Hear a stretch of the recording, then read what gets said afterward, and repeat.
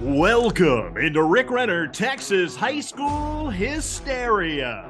Make sure you tune in to our weekly show on YouTube, Apple and Google Podcasts, Spotify, Amazon Music, Audible, iHeartRadio, Pandora, Odyssey, or any of your favorite streaming platforms. Subscribe now and never miss an episode. Joining me now, the greatest personality on earth. It's a cold world, and we're all living in it. That's right. 3 years, 3 national championships, the Big 12 Player of the Year. I could go on and on. She's the dynasty inside the dynasty. University of Oklahoma standout, Jayda Coleman. How you doing, girl? I'm doing great. How are you? Very good. So are you just sitting around polishing your rings and looking at your trophies? What's going on this summer?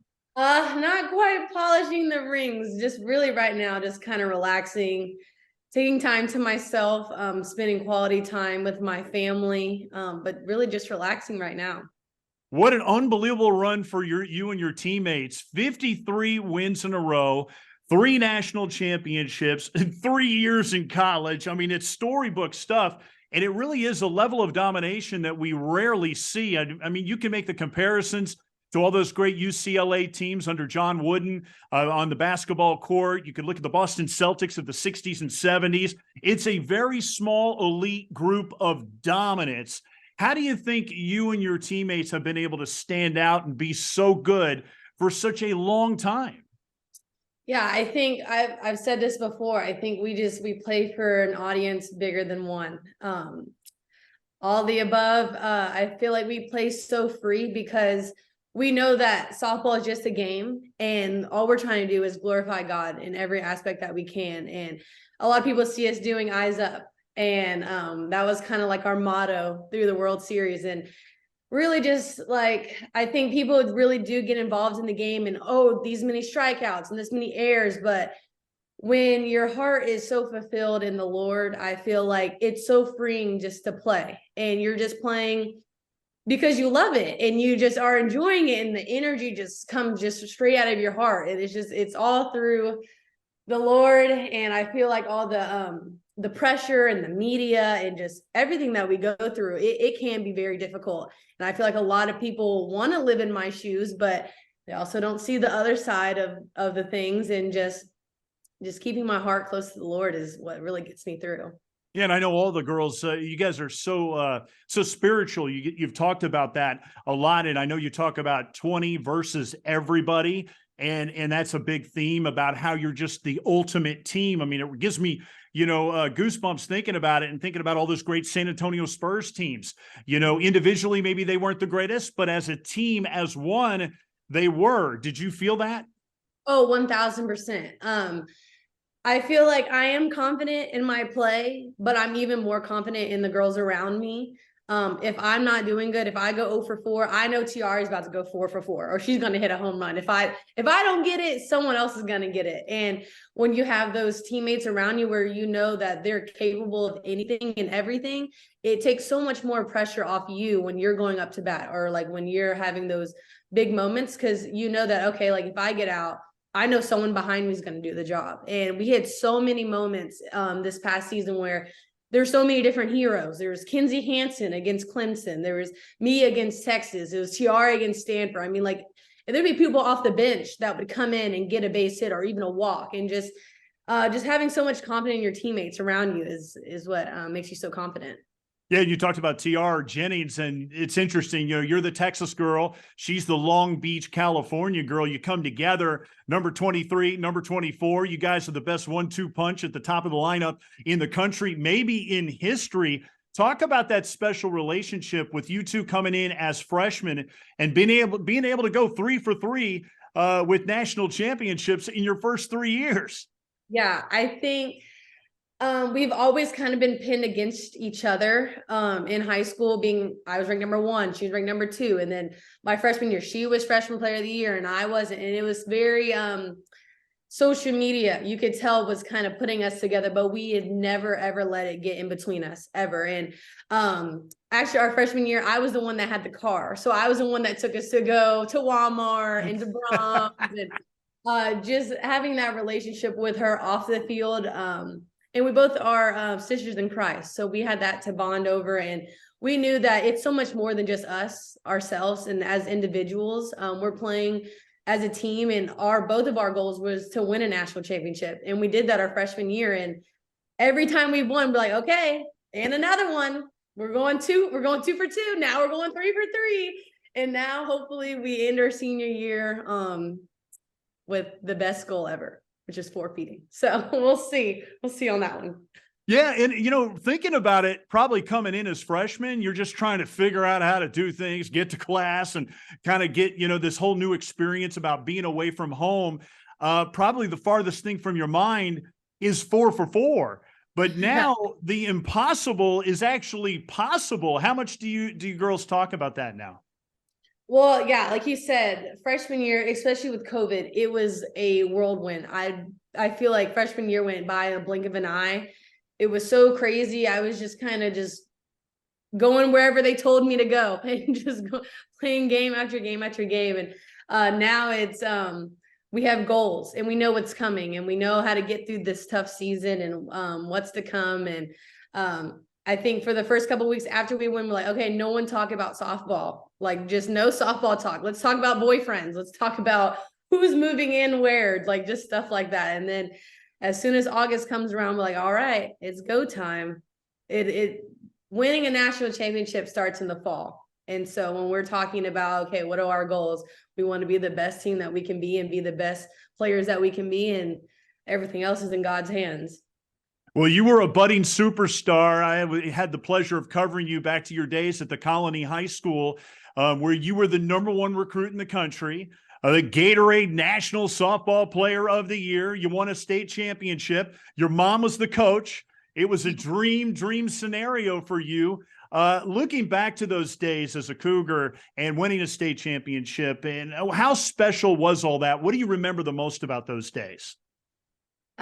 I mean, I look back and I just see how blessed I was, to be honest. And I think when I was going through it, I was very young and naive, and I knew what was going on, but I didn't get the grasp of it all. And I just think winning a national championship with your mom, I mean, a lot of people don't get to do that. And just the fights that we went through, and her having breast cancer, and just the connection that we had. But just the Colony in general, that class made a huge impact. We have Christian Gonzalez that ended up getting drafted.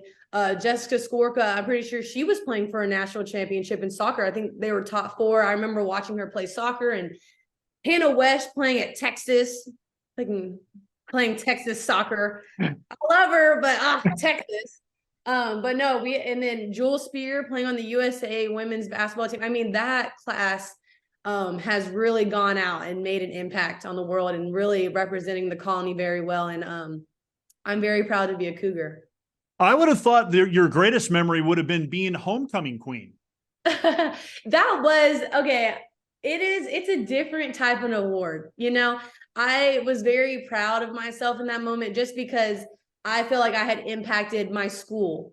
And a lot of those people, like, they knew who I was, but that's me in class, and me in my pals class with the special needs kids, and playing with them and doing the Special Olympics and having good grades and just keeping everyone involved and having a good school spirit. And so, yes, winning homecoming queen was most definitely a great highlight, because it had nothing to do with softball. It had nothing to do with outcomes. It wasn't how I performed. People, I feel like, truly just liked me, and it's good to be liked. It sounds good to be liked. Well, and I'm kind of curious, you talked about your mom, and she beat breast cancer, by the way, which we're proud to report. But she, as a coach, put you at shortstop, and you're left-handed. How did you ever in the world pull that off? It was first nature to me. I was a shortstop, and that's how I was my whole life. Up that time. They get the lead runner, barehanded play on the flip, and a double play! The flip was high. Jayda Coleman reached up with the bare hand and then just fired it on to first. Played it in select ball, even when my parents weren't coaching and they weren't the people that put the person on the roster. I had Kevin Shelton that believed in me. He believed that I could be a left-handed shortstop. COVID kind of messed everything up because I had Grace Lyons in front of me for 3 out of my 4 years. And she is literally the best shortstop I've ever seen in my life. I was like, if I'm ever just not going to play shortstop, I'll be behind Grace Lyons. I'll give it to her. But yeah, I think I could have went anywhere else and played shortstop, but I don't think I would have been fulfilled in that way. I think it was meant for me to go rob home runs and throw people out at second and just do anything I can for my team to win. Pretty amazing that you pull that off, being able to spin around and you made every single play doing it. And people forget, I remember this. You were a star pitcher as well. The COVID year, you go 12-0, a .89 ERA with 75 strikeouts. Do you ever tell your OU Sooners teammates what an unbelievable pitcher you are, and are you available out of the bullpen? Yes, there's been so many times at the end of practice, I'm like, oh, let me get a pitch. Let me pitch to you, Hanson. Let me throw my changeup. No, I've told Coach Rocha, I was actually this close to calling Coach Rocha my senior year during COVID and asking, like, are there any tips that you could give me? But COVID ended up ending the season. But yeah, I tell them all the time, I can go up there and coach, or I can go up there and pitch. And they love them some lefties. Coach Gasso loves her a lefty pitcher. But I think they're more of like, no, you just stay out in center and rob those home runs and just stay there, which I'm fine with. I'll stay in center. I love it. That's beautiful. Well, I know that you went on to win the Gatorade National Softball Player of the Year. What did that honor mean to you to be able to do that? And that was kind of weird circumstances. You mentioned COVID. You guys probably would have gone back-to-back state champions that year, but didn't get that opportunity. But yet you won the most prestigious honor of any high school softball player. Yeah, that award was, I was not expecting that at all. Just because like even TR Jennings was up for that award. And it's very prestigious. It's not just about softball and how good you do at softball. It's your grades. It's, are you in the community? Are you doing community service hours? So to win National Gatorade Player of the Year was an honor and a blessing. And I'm glad I was recognized my senior year, even though it was cut short. And I'm glad we were still able to celebrate it. And I was able to get the trophy. It was a great experience. And then you got the opportunity to play for Team USA in the 19 and under World Cup. You win gold there. But the most amazing accomplishment was the fact that you were even on the team. I mean, you were 3 years younger than all the girls you were playing with. What did that experience do for you, and how much has it made you kind of eye the 2024 Olympics?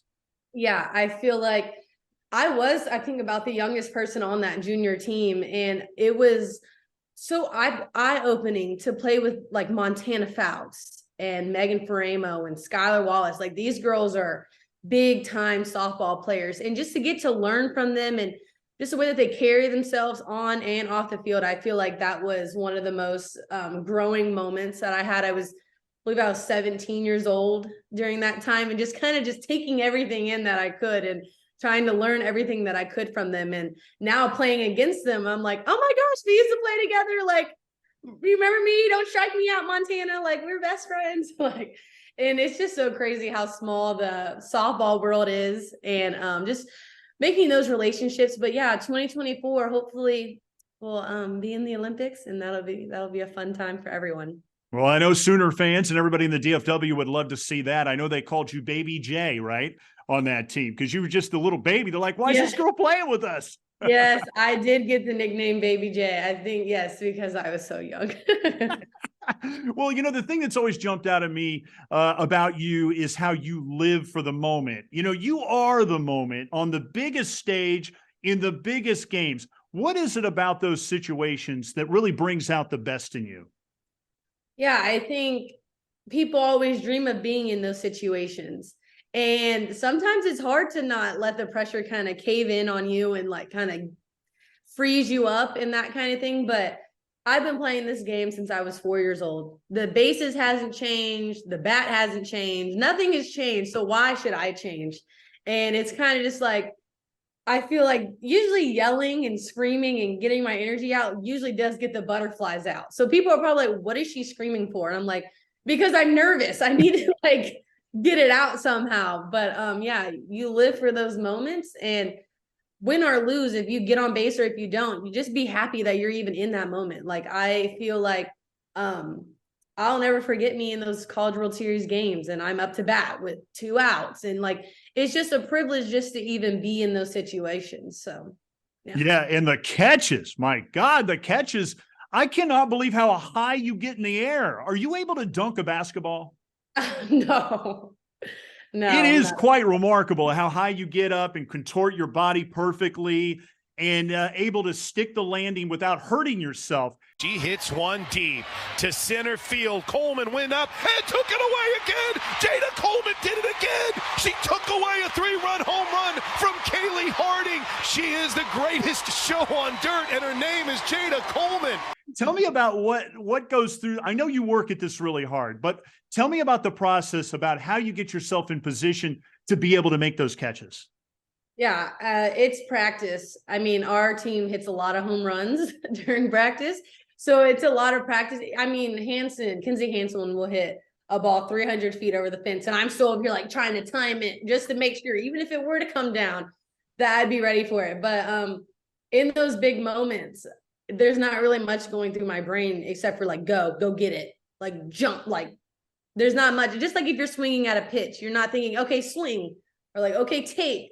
You just kind of let yourself do what you've been practicing for the past 5 years or 6 years, and just go have fun with it. And then, I mean, the best part about making those plays is just watching everyone celebrate around you, because they see me practice that day in and day out every single day during practice. And for it to actually come up in the big games is just, it's amazing.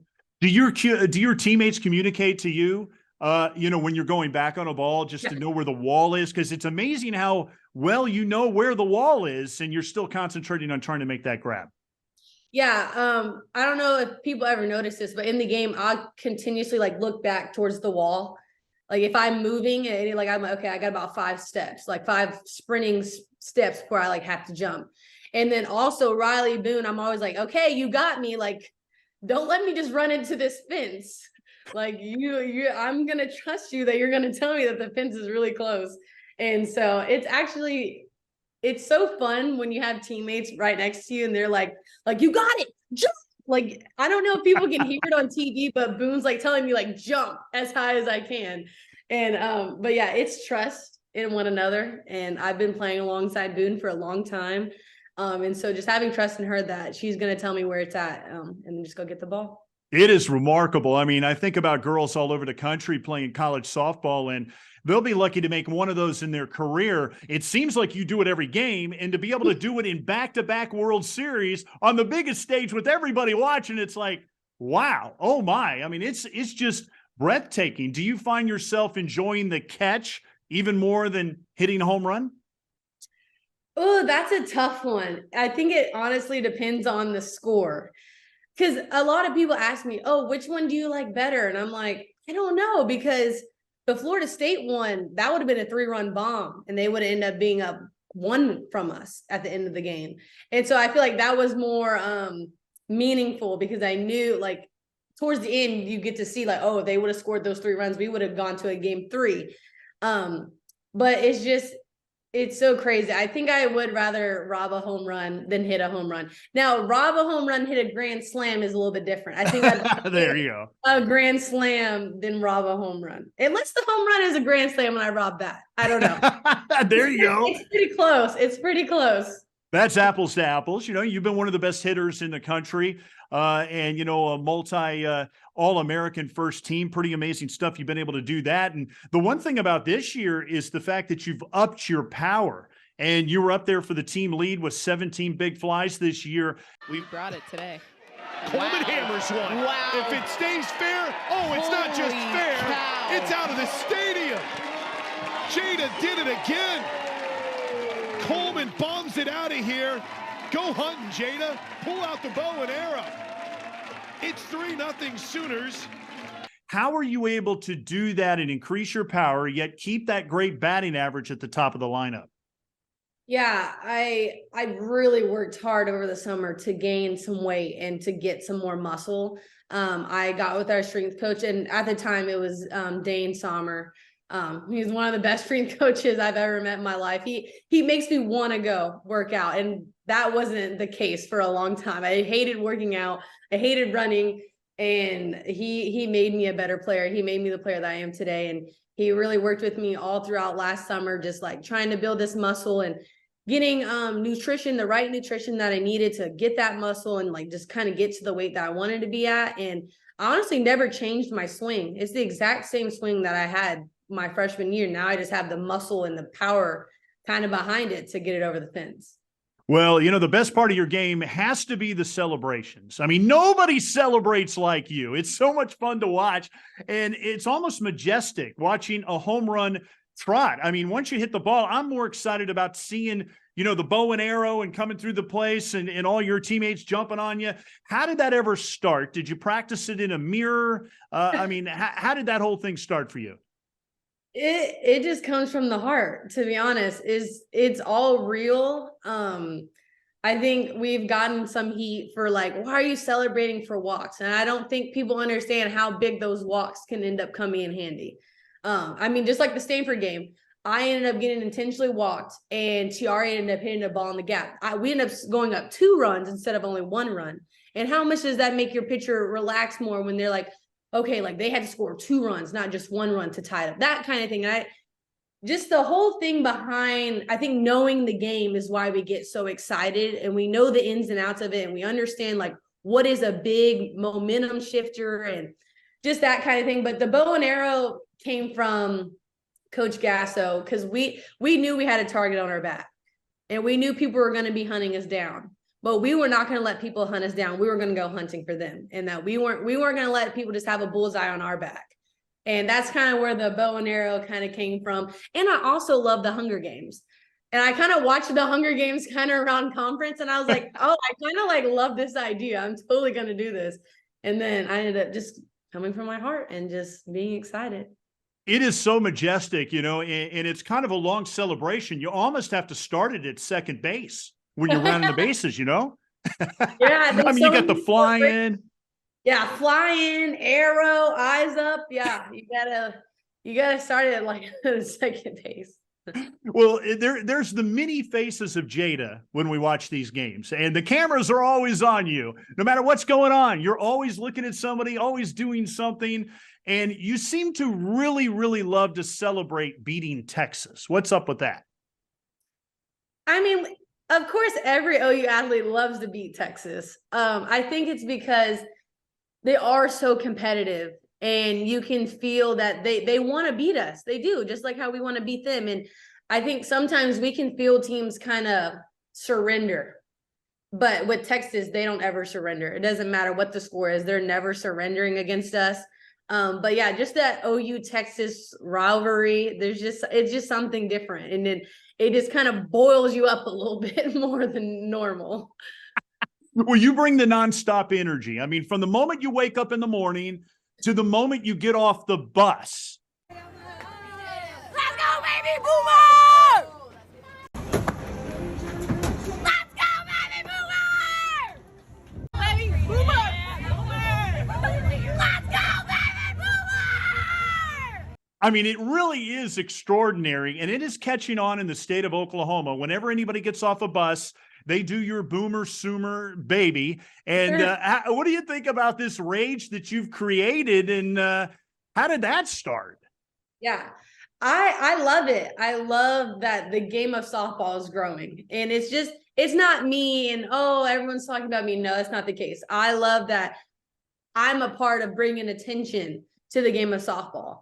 And it's so crazy. I don't even know how that really started. I think I got off the bus one time, just a little too hype, and someone ended up recording me doing it.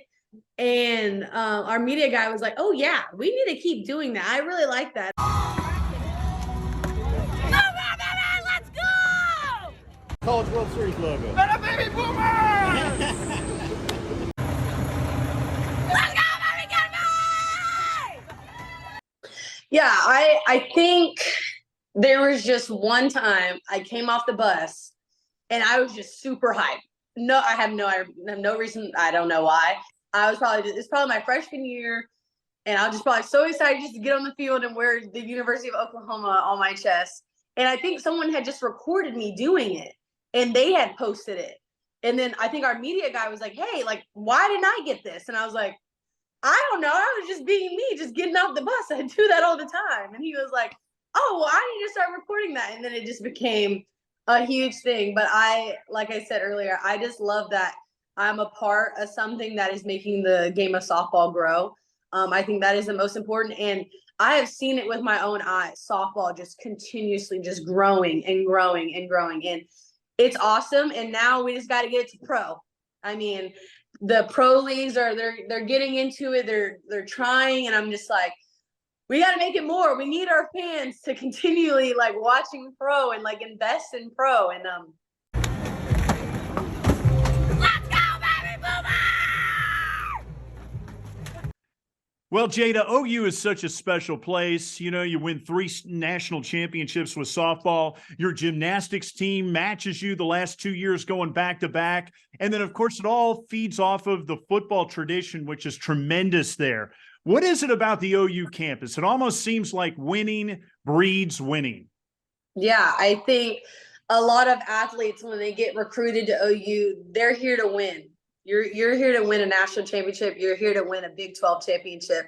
And I think our coaches, I mean, every one of those coaches for those programs, they are championship mindset to a T. Brent Venables is doing a great job. And I get to hear the inside of it because I date Billy Bowman. And it's so crazy how similar Brent Venables and Coach Gasso are and how they run their programs and that kind of thing. But I just think in the recruiting process, when you visit the University of Oklahoma, you know you're coming here to win. And you're coming here to get a degree. And I mean, OU is just, I mean, who would want to go anywhere else except for Oklahoma? Like, all you do is win. It's so much fun. Well said. Well, you brought up Billy Bowman Jr. Obviously, you guys have a special relationship going back to high school. He's a stud out there on the football field. And I think it's hilarious how he is at all your softball games, you know, and he's always tweeting and retweeting anything that you accomplish. And then you're in his football games. So who enjoys watching the other more? You and the girls at the football games or him following you in the playoffs to the World Series? I don't know. That's a tough one because, okay, so here's a fun fact. I don't know if a lot of people know this, but so when OU was playing Baylor, we also got our rings for the national championship. And that was Billy's first interception that he had ever gotten in his college career. And I was on the field about to go on. I got onto the field. I was in the end zone. I'm over here trying to chest bump Billy. Like he's celebrating with his teammates. I'm like, come on, right here. Like, I'm ready to chest bump him because that's his first interception that he's ever had in college football. And I was like, what a magical moment that was, that I'm about to get ready to go on during halftime to get my second pair of rings, and my boyfriend gets his first interception in his college career, and I'm over here. I'm ready to get on the field. Like they're gonna be like, who is this girl chest bumping Billy Bowman? I'm like, oh, it's just me. It's me. I'm too hyped. But yeah, I was in the end zone for sure. So hyped for him. Yeah, and you look at Billy, you know, like you, he was a big-time recruit in the state of Texas, could have gone anywhere, won a state championship at Denton Ryan, and he's just been an unbelievable athlete. Now, head-to-head, when you guys have your little competitions athletically, who has the all-time lifetime series lead between the two of you? It's so tough because, I mean, we talk about this all the time. We are complete different athletes. I am hype and celebrate and all this stuff, and he's very calm and neutral and the hardest worker I've ever met in my life. Always watching film, always at the facility. But I mean, I did a TikTok last night and we had to ask each other questions of like, how many pets have I ever had? And like, if he got it wrong, his face had to get dunked in the water. And and at the end of it, I was like, I win because I answered the most questions right. Like we're competing all the time. It's like we'll go to the pool and start playing checkers. And he beats me at checkers every single time. I have not once beat him at checkers. But like when we play ping pong, it's all me. I'm the ping pong queen. But yeah, it's so fun. Just living life with someone that truly does understands the struggles that I'm going through. And I think he also appreciates that I understand what he is going through. And just knowing our goals, and like we're both trying to win a national championship, and just to have someone alongside of you that truly understands and is in the grind with you. And like there's been times where we're both waking up at 5:30 to go to weights. I'm like, oh, hey, like I know you. They're like, yep, we're going to weights. Then we're going to practice. It's just it's a really cool relationship that we have.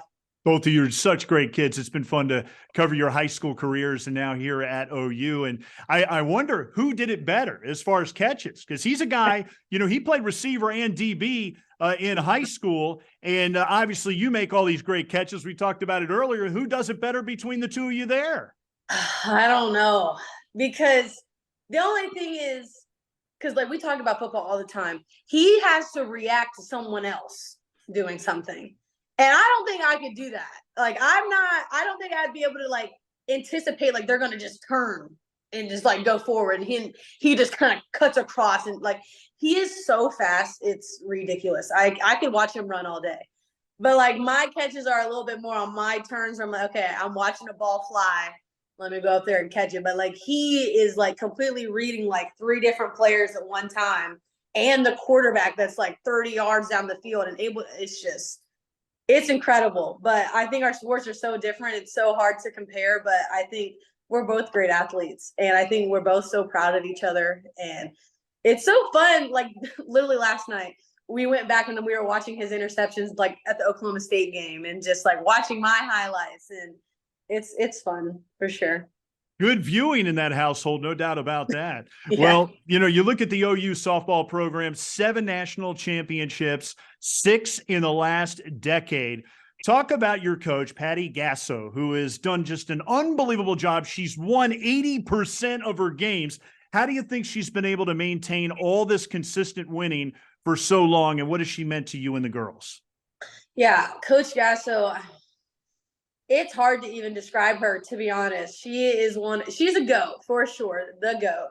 I think what has made her so consistent and just being able to continue this dynasty is that she truly listens to her players.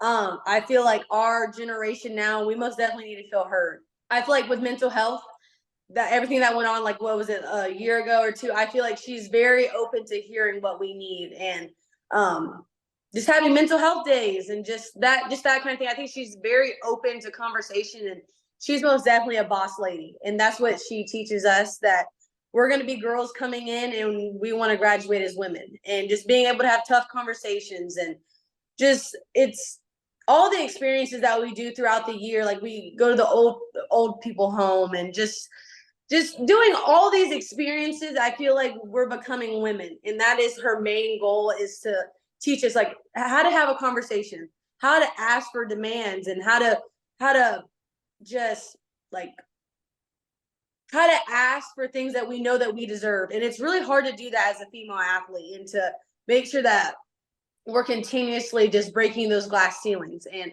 she's amazing. She's an amazing person. And like, I get to see her as like Oma, which is like grandma, like, because we see JT's like children, and like we get to see the other side of her that is a grandmother, and like just so loving and caring to her grandchildren. And like, it's so great to see both sides of Coach Gasso. Yeah, you talk about that glass ceiling, and boy, that ceiling is super high. 3 national championships in a row, a 53-game winning streak. You all make it look so darn easy, but I know it's not. It's super hard. How do you think you've been able to live up to all those expectations with that giant bullseye on your back? Yeah, I think I'll say it a million times. I think we just play so free, and we play for an audience of one. And I think for me personally, I know that no matter what, win or lose, let's say if we don't win this year, Jesus still loves me. I'm still fulfilled in that, and I still have my Bible, regardless of if I'm Big 12 Player of the Year or if I'm not, or if I'm getting over 400 or if I'm not. And I think it's just knowing that you're so much more than just an athlete. And I think a lot of athletes don't understand that, or they're not there yet, and they're not mature enough to know that you are a person first, and then you're an athlete. You're here to get a degree. You're here to become the person that you want to become. and then you go win a national championship. And just having those orders in the correct order and prioritizing the things that you need to prioritize is probably the most important thing. And I think that's truly why we've been so successful, is that because coach puts that in our heads, like, you are a person first. You need to know your why. Like, why do you wake up every day and go to weights? Why do you come to practice every single day and you're dead tired? You have a huge exam tonight, and like, why are you doing that? Which my why is the Lord. And even people that are on our team that aren't Christian or don't believe, they have their why, and might be their family members or their brother or their mom, and like just understanding why are we waking up every single day and putting our bodies through this. So well said, Jayda. I'm so darn proud of you. Enjoy the rest of your summer and go get number 4, okay? Thanks so much for doing this. Yes, thank you so much for having me. Thanks for checking out Rick Renner, Texas High School Hysteria. Make sure you subscribe and never miss an episode. You can catch us on YouTube, Apple and Google Podcasts, Spotify, Amazon Music, Audible, iHeartRadio, Pandora, and Odyssey, or any of your favorite streaming platforms. Tune in and we will see you soon.